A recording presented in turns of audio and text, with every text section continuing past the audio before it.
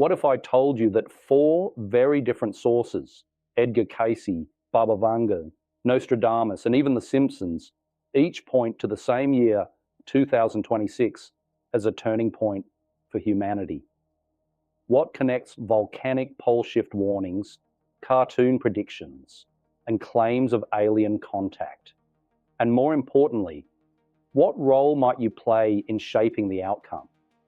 These prophecies aren't just about doom. They are invitations to conscious action. And together, they weave a message of renewal through challenge. Stay with me, because later I'll share the 4 Pillars Protocol, a practical way to meet these prophecies with resilience. To begin, let's explore the visions of Edgar Cayce, whose warnings suggest both profound upheaval and an opening for spiritual strength.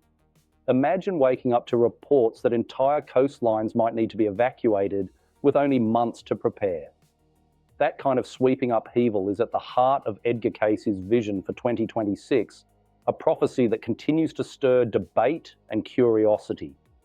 Known widely as the sleeping prophet for the trance states, in which he gave over 14,000 readings, Cayce described transformations to Earth's geography on a scale almost beyond comprehension. His followers have interpreted some of these readings as signaling upheavals in the late 20th or early 21st century. Some even tied them to the turn of the millennium, though not all interpreters agree on an exact year. One of Cayce's most striking warnings described a polar shift of 16 to 20 degrees, triggered by volcanic eruptions at Mount Etna in Italy and Mount Pelée in Martinique.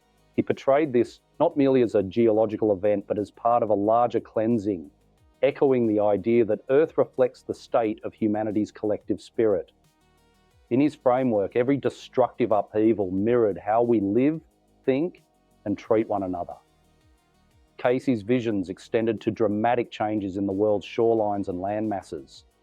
For instance, he foresaw major losses from coastal Europe and Asia, whole regions swallowed by rising waters, and parts of North America reshaped with significant retreats on the west coast and new islands emerging off its edges. He also suggested Antarctica would become less icebound, revealing fertile land where barren ice once ruled. Beyond these, many interpretations describe sweeping coastal losses worldwide, countered by the appearance of new land in unexpected places. It's important to note that Cayce's record was mixed. He made accurate calls, such as foreseeing the 1929 stock market crash, but other predictions never materialized. Critics have pointed out that some of his language was vague and broad, easily lending itself to what psychologists call the Barnum effect, statements that feel personal and precise but can apply to nearly anyone. This perspective complicates the question of whether his 2026 vision represents literal events, a symbolic warning, or simply imaginative speculation dressed in prophecy. Still, Cayce's readings were never just about earthquakes or shifting coastlines. He insisted that survival and renewal relied less on geography and more on the human heart. In his words, the qualities of faith, compassion, and service were the true tools for navigating crisis. The upheaval then was not only an external test, but a spiritual one, calling people to change within as the planet itself reshaped without. Taken this way, Cayce's prophecy acts as a mirror. It reflects both potential futures and the states of consciousness that might bring them about. And while he spoke from the realm of trance visions, our modern age has found its own prophets in far less mystical places, where warnings often arrive wrapped in satire, broadcast straight into our living rooms. What if one of the clearest warnings about our future doesn't come from a mystic at all, but from a cartoon? For over 30 years, The Simpsons has built a reputation for satirizing society, while remarkably foreshadowing real-world developments. When it looks ahead, including to the years around 2026, its vision isn't cloaked in mysticism. It takes the technologies already in development today and pushes them just a little further, turning satire into a kind of cultural early warning system. Take the 2012 episode Them Robot, In it, Mr. Burns replaces nearly his entire human workforce with robots. It's funny in its absurdity, but the premise drives at a real anxiety: the replacement of human labour by automation. Experts now suggest that by the mid-2020s, artificial intelligence may overtake human performance in some fields, with entire industries reshaped. The humour exaggerates, but the trajectory feels uncomfortably close to reality. If satire can map our tech trajectory, what responsibilities do creators and users share now? This is where The Simpsons works so effectively.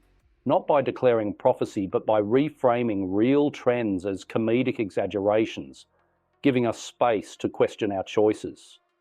Its humour strips away the sheen of innovation, revealing how these shifts might affect work, privacy, freedom, and even how we define being human.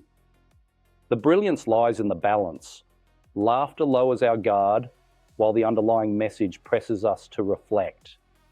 The Simpsons doesn't predict 2026 with mystical certainty. Instead, it shows that the future is already present, written into our devices, policies, and habits. We make it real, not by waiting, but by choosing. And while a satirical cartoon offers foresight with irony, another voice from the past approached 2026 with a very different tone: sober, mystical, and urgent, weaving visions of crisis and transformation. Baba Vanga's 2026 prophecies: war, aliens, AI. Baba Vanga, the blind mystic from Bulgaria, is often credited by her followers with visions that place 2026 at the centre of profound global change. Losing her sight as a child, she reportedly spoke of future events in ways that continue to fuel both fascination and skepticism. Interpreters describe her prophecies as a blend of environmental crises, technological shifts, and even cosmic encounters, warnings that carry implications not just for politics or science, but for humanity's moral direction. Among the predictions most often attributed to her is the claim that water will become more valuable than gold. Followers interpret this as a foretelling of severe resource scarcity, with access to clean and safe water becoming one of the defining struggles of the era. Recent United Nations reports already highlight how billions live without secure drinking water, and droughts and shortages are growing across regions. Interpreters say Vanga's imagery suggests that by 2026, water could dictate both survival and power. Of course, this is not a documented scientific forecast, but an interpretation applied to her words long after they were spoken. Another point that draws attention is her reference to what she called number 10, the command of the skies. Followers commonly take this to mean humanity's growing drive to harness and manipulate the weather through geoengineering. Efforts like cloud seeding and solar radiation management show we are already experimenting with adjusting the climate. While some frame this as a possible tool for easing droughts or protecting crops, others warn of a darker application: weaponizing climate itself. Combined with her separate warnings about biological threats emerging in Europe, including the release of new pathogens or even engineered agents, these forecasts paint a picture of both natural and man-made dangers pressing against society's resilience. Again, these are interpretations circulated by her followers, not confirmed predictions in any scientific sense. Some of the boldest claims about Vanga's legacy go even further. Certain groups insist that she anticipated first official contact with extraterrestrial life in November 2026, even describing the arrival of a large spacecraft. While mainstream scholars dismiss this as highly contested and unverifiable, the very persistence of such claims shows how her figure has become a canvas onto which future anxieties and hopes are projected. Her prophecies raise questions as much as they answer them. Do they mark a literal warning of disasters, or do they act as a symbolic map of the risks created by human ambition? Does this feel like a warning or a map? Tell us which part unsettles you most. Whatever the interpretation, These visions point to 2026 as a threshold moment where technology, nature, and morality collide. And Vanga wasn't the only voice tracing patterns toward that year. Centuries earlier, another seer left behind cryptic verses that many believe outline a chain of events culminating in the same time frame.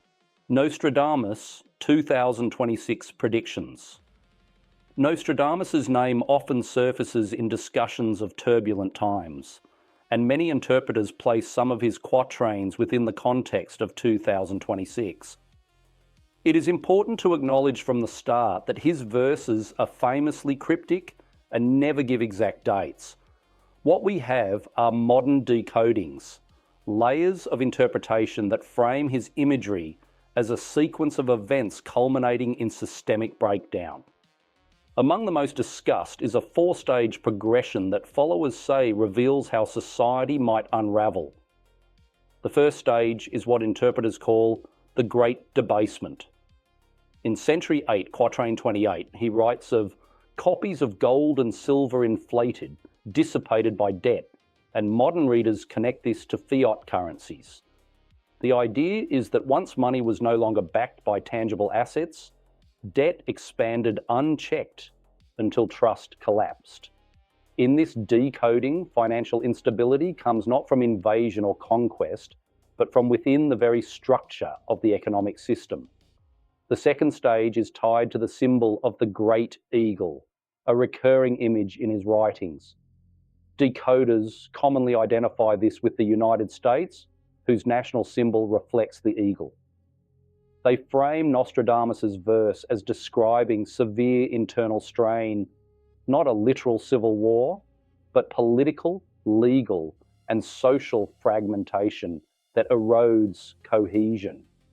In this reading, the institutions designed to hold order instead amplify conflict, leaving citizens uncertain of the ground under their feet. Next comes the whispering plague. Interpreters explain this as a profound collapse of shared truth, not a disease in the physical sense, but a social contagion, rumors, disinformation, and distrust spreading faster than facts. Communities struggle when they cannot agree on reality itself, and voices that once united people instead divide them. Analysts today link this with digital misinformation, the decline of collective trust in media and government, and the resulting disorientation. The fourth stage is the rise of what some decoders call the artificial mind. They interpret descriptions of a new authority setting rules as a prediction of advanced artificial intelligence. It is not imagined as armies of machines, but algorithms woven into finance, security, and governance. Efficiency gradually pushes aside ethics, and people find themselves in systems where decisions are made, but not by human conscience. In this vision, it is the slow surrender of human judgment to artificial reasoning that alters society most profoundly. Other interpretations add related imagery, a sandstorm engulfing a great city, or an unexpected shift in global alliances, but scholars are quick to caution that these are context-dependent readings of opaque poetry, not fixed predictions. The value lies less in proving Nostradamus right or wrong, and more in how these quatrains spotlight vulnerabilities, fragile finance, divided societies, broken trust, and the rise of powerful technologies. If these are pattern readings more than forecasts, they still point to weaknesses we can address. And it is here that the discussion turns from prophecy toward practice, how we might respond to the possibilities implied by 2026. When we consider the prophetic voices side by side, one theme is clear. Many different perspectives converge on 2026 as a year of transition. The symbols and stories vary, but they circle around the same concerns: unstable economies, environmental stress, the power of new technologies, and the importance of human consciousness in facing change. Cayce's visions tied physical upheavals to inner readiness, suggesting that how we live shapes what the earth reflects back to us. Baba Vanga's legacy through her interpreters highlight strained resources and breakthroughs in technology, with warnings of both scarcity and unexpected contact. Nostradamus's quatrains, though cryptic, are often decoded as mapping failures of finance, governance, and truth. And The Simpsons reminds us that satire can be a lens through which we see the consequences of our current technological path unfolding in familiar daily life. Taken together, these prophecies do not need to be read as fixed predictions. Many treat them as signals or mirrors, stories that remind us what could happen if patterns around us continue unchecked.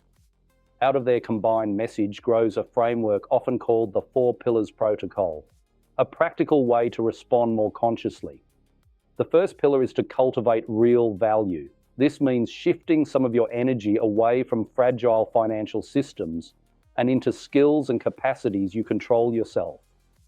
Learn to grow food, practice a trade like carpentry or plumbing, or build routines that strengthen your body and mind.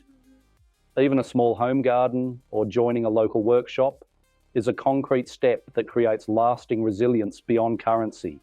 The second pillar is to promote coherence and compassionate discourse. In an age of deep division, one choice is to stop fueling outrage.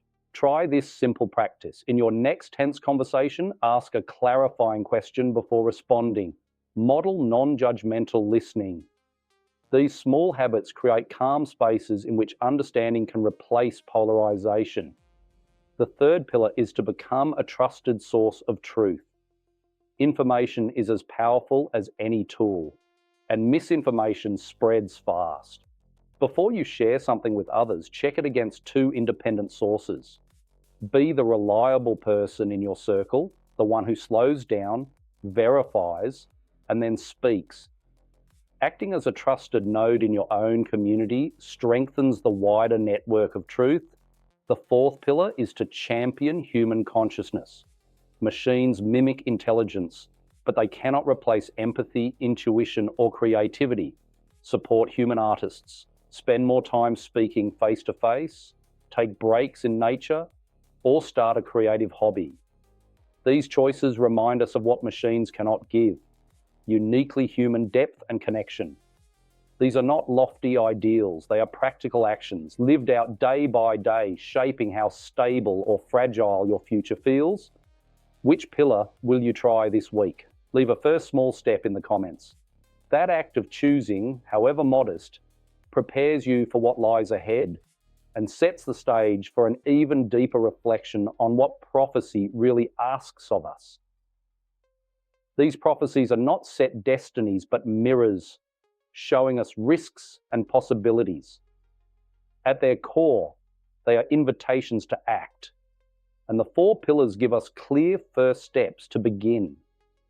Instead of waiting for the future to unfold, you can strengthen your own life by building value through skills, fostering kinder dialogue, seeking truth carefully, and protecting what makes us human. Which pillar will you begin with? Share it in the comments and subscribe if you'd like more grounded ways to prepare. Remember, steady daily practices, however small, create the future you most wish to inhabit. So, where does this leave us? Facing 2026, we have a choice to see these prophecies as a fixed destiny or as a mirror, a call to build a more resilient, conscious future. The final part of the prophecy isn't written by Nostradamus, Cayce, or any cartoon. It's written by us, and that's what we'll continue to explore together on this channel. If this conversation sparks something for you, then your next move is clear. First, use your power of prophecy right now. Subscribe to the channel. Why? Because the algorithm works in mysterious ways, and by subscribing, you're essentially telling it, show me more. I choose to stay aware. This ensures you won't miss our next dive into decoding the future. And secondly, give this video a like. In a world of digital whispering plagues, a like is a simple signal, a flare you send up that says, this is valuable. This is a truth worth sharing. It helps our small channel become a beacon for others who are also seeking clarity. Your engagement is the final pillar of this protocol. It's how we build a community of readiness, not fear. Thank you for watching. Stay conscious, and we'll see you in the next video.